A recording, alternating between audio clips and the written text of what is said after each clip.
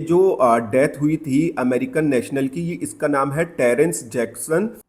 तो ये US army officer था, first special forces command airborne.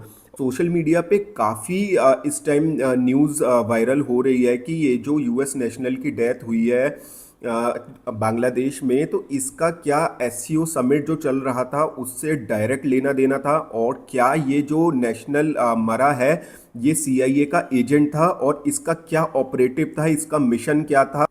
आपने एससीओ मीटिंग के दौरान काफ़ी वीडियोस और फोटोज़ भी देखी होंगी कि कैसे प्राइम मिनिस्टर जो हैं वो रशियन प्रेसिडेंट पुतिन के साथ फिर कार में बैठ के 45 मिनट तक उन्होंने बात करी थी, और उनके कॉन्वॉय के साथ ही निकले थे। तो रिपोर्ट्स ये भी कह रही हैं कि क्योंकि उनकी जान को खतरा था, इसीलिए पुतिन और रशिया इंटेलिजेंस ने मोदी जी को अपनी कार में बिठाया और सेफली उनको ड्रॉप किया उनके होटल तक, जो कि पहले से डिसाइडेड नहीं था। और जब मोदी जी वापस एससीओ समिट से आए थे तो उनका एक बहुत ही, आप उनके भाव देखेंगे तो एक बहुत ही सीरियस मूड था, और उन्होंने ये भी सबके सामने बोला था कि मैं वहाँ गया था, आप लोग इस वजह से तालियां बजा रहे हैं, या फिर मैं वापस आ गया आप इस वजह से खुश हैं। तो क्या कल रात ही मैं जापान और चीन की यात्रा करके वापस लौटा हूं।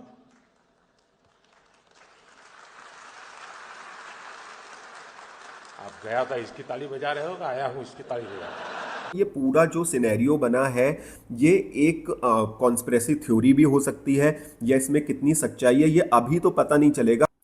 पर्सनली मेरे को ऐसा लगता है कि सीआईए ऐसा रिस्क कभी भी नहीं लेगा कि जिस पीएम को 140 करोड़ की जनता, जो कि सबसे बड़ा देश है एक डेमोक्रेसी के हिसाब से, पॉपुलेशन के हिसाब से, उसके पीएम को सीआईए कभी कोई खतरा नहीं पहुंचाएगा, क्योंकि वो भी एक रिस्पॉन्सिबल स्टेट है। बट थ्योरीज बहुत ज़्यादा पॉपुलर हो रही हैं, तो कुछ भी कहा नहीं जा सकता, जियोपॉलिटिक्स में कुछ भी पॉसिबल है। और सीआईए के एजेंट यूक्रेन के अलावा जो सबसे ज़्यादा एक्टिव हैं वो इस टाइम साउथ एशिया में ही हैं, और क्योंकि ये रीजन इस टाइम यूएस अपना डोमिनेंस यहाँ पे बहुत ज़्यादा बढ़ाना चाहता है।